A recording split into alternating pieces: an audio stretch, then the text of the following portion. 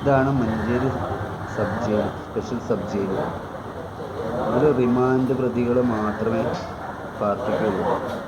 അതായത് എന്തെങ്കിലും കുറ്റം ചെയ്ത് ആ കുറ്റം ചെയ്ത വ്യക്തികളെ ജുഡീഷ്യൽ കസ്റ്റഡിയിൽ മാത്രം വയ്ക്കുന്ന സബ് ജയിലാണ്. മഞ്ചേരി കച്ചേരിപ്പടിയിലാണ് ഇതുള്ളത്. 1921 ഈ സബ് ജയിൽ നിലവിൽ വന്നത്. 1921 പ്രത്യേകത എന്ന് പറഞ്ഞാൽ മലബാർ കലാപം ഉണ്ടായ വർഷമാണ്. മലബാർ കലാപം, കൂട്ടക്കൊല, മലബാർ കലാപം, മലബാർ കൂട്ടക്കൊല, അത്തരത്തിലുള്ള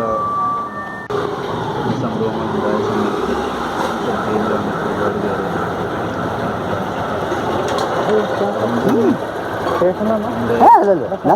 നീതിന്യായ വ്യവസ്ഥയുടെ, കോടതിയുടെ പരിഗണനയിലുള്ള റിമാൻഡ് പ്രതികളെ മാത്രം ഇവിടെയാണ് പാർപ്പിക്കാറ്.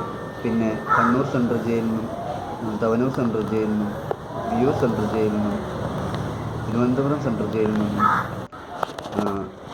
നിലവിൽ ശിക്ഷ അനുഭവിക്കുന്ന തടവുകാരെ മറ്റ് കേസുകളുണ്ടെങ്കിൽ ഇവിടെ ഇൻറൂട്ട് വന്നു. ഇൻറൂട്ട് എന്ന് പറഞ്ഞു കഴിഞ്ഞാൽ മറ്റ് ജയിലുകളിൽ നിന്ന് മഞ്ചേരി കോടതിയിലോ മലപ്പുറം കോടതിയിലോ കേസ് ഉണ്ടെങ്കിൽ ഇവിടെ ഇൻറൂട്ട് എന്ന രീതിയിൽ, അതായത് മറ്റ് സംവിധാനങ്ങളില്ലാത്തത് കൊണ്ട്, പോലീസ് സംവിധാനം ഇല്ലാത്തത് കൊണ്ട്, പോലീസ് സ്റ്റേഷനിൽ ഇത്തരത്തിലുള്ള ശിക്ഷാ പ്രതികളെ പാർപ്പിക്കാനോ അതിനുള്ള സംവിധാനമില്ലാത്തത് കൊണ്ടും ഇവിടെ ആണ് അത്തരത്തിലുള്ള ഇൻറൂട്ട് പ്രതികളെ ഒരു ദിവസത്തിലോ 2 ദിവസമോ ഇവിടെ താമസിപ്പിക്കും. മഞ്ചേരി കോടതിയിലോ മലപ്പുറം കോടതിയിലോ നിലമ്പൂർ കോടതിയിലോ കേസുള്ള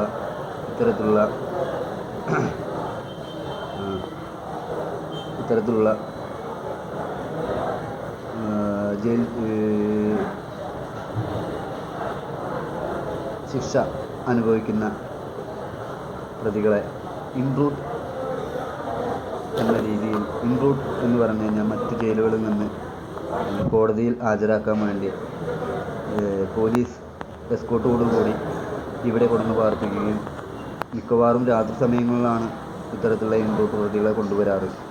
അങ്ങനെ ഇവിടെ താമസിപ്പിക്കുകയും തൊട്ടടുത്ത ദിവസമുള്ള കോടതി ഏതാണോ ആ കോടതിയിൽ ഹാജരാക്കിയതിന് ശേഷം അതായത് ഏത് ജയിലിലാണോ പ്രതി ഉള്ളത് അവിടേക്ക് തന്നെ കൊണ്ടുപോയി ആക്കുകയും ചെയ്യുന്ന ഒരു സംവിധാനമാണ് ഇൻറൂട്ട്. മാത്രമല്ല നമ്മളെ ഇവിടെ ഈ മഞ്ചേരി കച്ചേരിപ്പടിയിലുള്ള ഈ ജയിൽ സമുച്ചയം ആകെ 74 പേരെ പാർപ്പിക്കാൻ മാത്രമേ കപ്പാസിറ്റിയുള്ളൂ. ആകെ 13 സെല്ലുകൾ മാത്രമാണ് ഉള്ളത് പുരുഷന്മാർക്ക്. പിന്നെ സ്ത്രീകൾക്ക് 4 സെല്ലുകളും ഇവിടെ നിലവിലുണ്ട്. സ്ത്രീകളെ 13 പേര് 14 പേരെയോ ഇവിടെ പാർപ്പിക്കാനുള്ള സംവിധാനം ഉള്ളൂ. മാത്രമല്ല ഇവിടെ ബാത്റൂം സൗകര്യം